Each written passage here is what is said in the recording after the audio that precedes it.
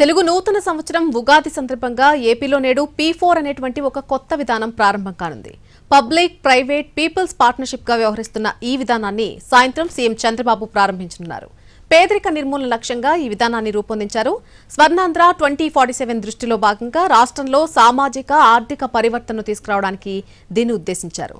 సమాజంలో ఆర్థికంగా బలమైన 10% ఉన్నత వర్గాలు, అట్టడుగు 20% పేద కుటుంబాలకు చేయూతనివ్వడమే ప్రధాన లక్ష్యంగా P4 సాగుతుంది. ఈ కార్యక్రమంలో లబ్ధిదారులను బంగారు కుటుంబంగా సహాయం అందించే వారిని మార్గదర్శులుగా పిలుస్తారు.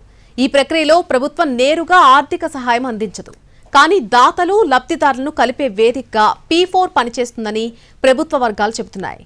ఈ విధానం పూర్తిగా స్వచ్ఛందంగా ఉంటుందని, ఎవరినీ బలవంతం చేయరని సీఎం చంద్రబాబు స్పష్టం చేశారు. మొదటి దశలో 20 లక్షల కుటుంబాలు ఈ కార్యక్రమం ద్వారా లబ్ధి పొందుతున్నాయని ప్రభుత్వం అంచనా వేస్తోంది. P4 ఆర్థిక అసమానతలు తగ్గించగలిగి మెరుగైన జీవన ప్రమాణాలు ఇవ్వగలిగితే దానికంటే రాజకీయం ఇంకోటి లేదు. Public private partnership. ఈరోజు మీరు నడిచే రోడ్లు కానీ, మీరు తిరిగే రోడ్లు కానీ, మీరు వాడే టెలిఫోన్స్ కానీ, విమానాలు కానీ అన్నీ కూడా P3 కింద వచ్చాయి.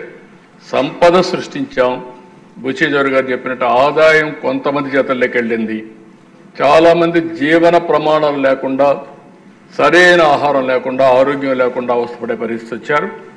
సమగ్రంగా అభివృద్ధి చేయడం మన బాధ్యత. అందుకనే జీరో పావర్టీ P4 ఆర్థిక అసమానతలు తగ్గించగలిగి మెరుగైన. ఉగాది సందర్భంగా ఏపీలో ఈరోజు P4 అనేటువంటి ఒక కొత్త విధానం ప్రారంభం కానుంది. పబ్లిక్ ప్రైవేట్ పీపుల్స్ పార్ట్నర్షిప్ గా వ్యవహరిస్తున్నటువంటి ఈ విధానాన్ని సాయంత్రం సీఎం చంద్రబాబు ప్రారంభించబోతున్నారు. దీనికి సంబంధించి పూర్తి అప్డేట్స్ మా ప్రతినిధి ప్రసన్న అందిస్తారు. ప్రసన్న, మళ్ళీ ఆంధ్రప్రదేశ్ ప్రభుత్వం చాలా ప్రతిష్టాత్మకంగా P4 కార్యక్రమాన్ని నిర్వహిస్తోంది. ప్రైవేట్ పబ్లిక్ పీపుల్ పార్ట్నర్షిప్ అంటే ఈ 4 Pలు కలిపి P4 అనే పేరు ఈ కార్యక్రమానికి పెట్టడం జరిగింది. అంటే సమాజంలో ఉన్న ధనికులు పేదవారిని ఏ రకంగా ఆదుకుంటారు అనేది ఈ కార్యక్రమం కాన్సెప్ట్. అంటే ఒక 10% ఉన్న ధనికులు 20% పేదవారిని ఆదుకోవాలి. మొదటి దశలో ఒక 20 లక్షల మందికి మేలు చేకూరేలా ఆంధ్రప్రదేశ్ ప్రభుత్వం ఈ కార్యక్రమాన్ని ప్లాన్ చేసింది. ఇందులో ప్రభుత్వం నుంచి ఏ రకమైన సహాయం అందదు. అంటే ప్రభుత్వం నైతిక మద్దతు ఇవ్వటం, అడ్మినిస్ట్రేటివ్ పరంగా ఏమైనా ఇబ్బందులు కానీ, దీనికి సంబంధించి సమస్యలు ఏమైనా ఉంటే సార్ట్అవుట్ చేయటం, అంటే ధనికులు పేదవారికి సహాయం చేసే క్రమంలో ఆస్తులకు సంబంధించి కావచ్చు, లేకపోతే డైరెక్ట్గా క్యాష్కి సంబంధించి కావచ్చు, వారు ఏ మార్గాల ద్వారా చేస్తారు, చారిటీస్కి సంబంధించి కావచ్చు, దీంట్లో మాత్రమే ప్రభుత్వం మధ్యలో ఉండి ఏ ఏర్పాట్లన్నీ చూస్తుంది. ఆర్థికంగా ఏమీ సహాయం చేయదు అని ప్రకటించడం కూడా జరిగింది. ఓవరాల్గా రాష్ట్రంలో అన్ని జిల్లాల నుంచి, నియోజకవర్గాల నుంచి కూడా పెద్ద ఎత్తున ప్రజల్ని ఈ కార్యక్రమానికి రావాలని అధికారులు ఆదేశాలు ఇవ్వడం జరిగింది. ఎందుకంటే రాష్ట్ర ప్రభుత్వం ఉగాది రోజు చాలా ప్రతిష్టాత్మకంగా ఈ కార్యక్రమం నిర్వహిస్తోంది కాబట్టి అందరి భాగస్వామ్యంతో ఈ కార్యక్రమం నిర్వహించాలి. P4 అంటే ప్రజలకు ఎక్కువగా తెలియాలి. అంటే ఈ రోజు ఈ కార్యక్రమాన్ని ప్రారంభించిన తర్వాత రేపటి నుంచి విస్తృత స్థాయి ప్రచారం చేయడం కోసం ఎక్కువ మంది వస్తే కనుక నియోజకవర్గాల్లో దీనికి సంబంధించిన చర్చ కూడా ఎక్కువగా జరుగుతుందనే ఉద్దేశంతో ప్రభుత్వం ప్రధానంగా ఈ P4 కార్యక్రమం మీద దృష్టి పెట్టింది.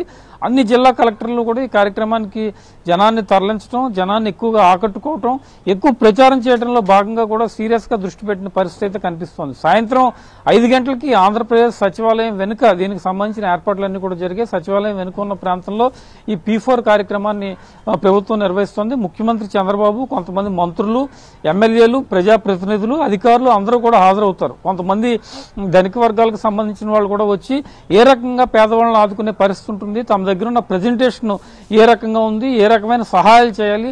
గతంలో కూడా ముఖ్యమంత్రి చంద్రబాబు ఉన్నప్పుడు 2014-19లో కొన్ని గ్రామాలను దత్తత తీసుకోమని చెప్పారు. అయితే ఆ కార్యక్రమం పూర్తి స్థాయిలో కొనసాగని పరిస్థితి అయితే ఏర్పడింది.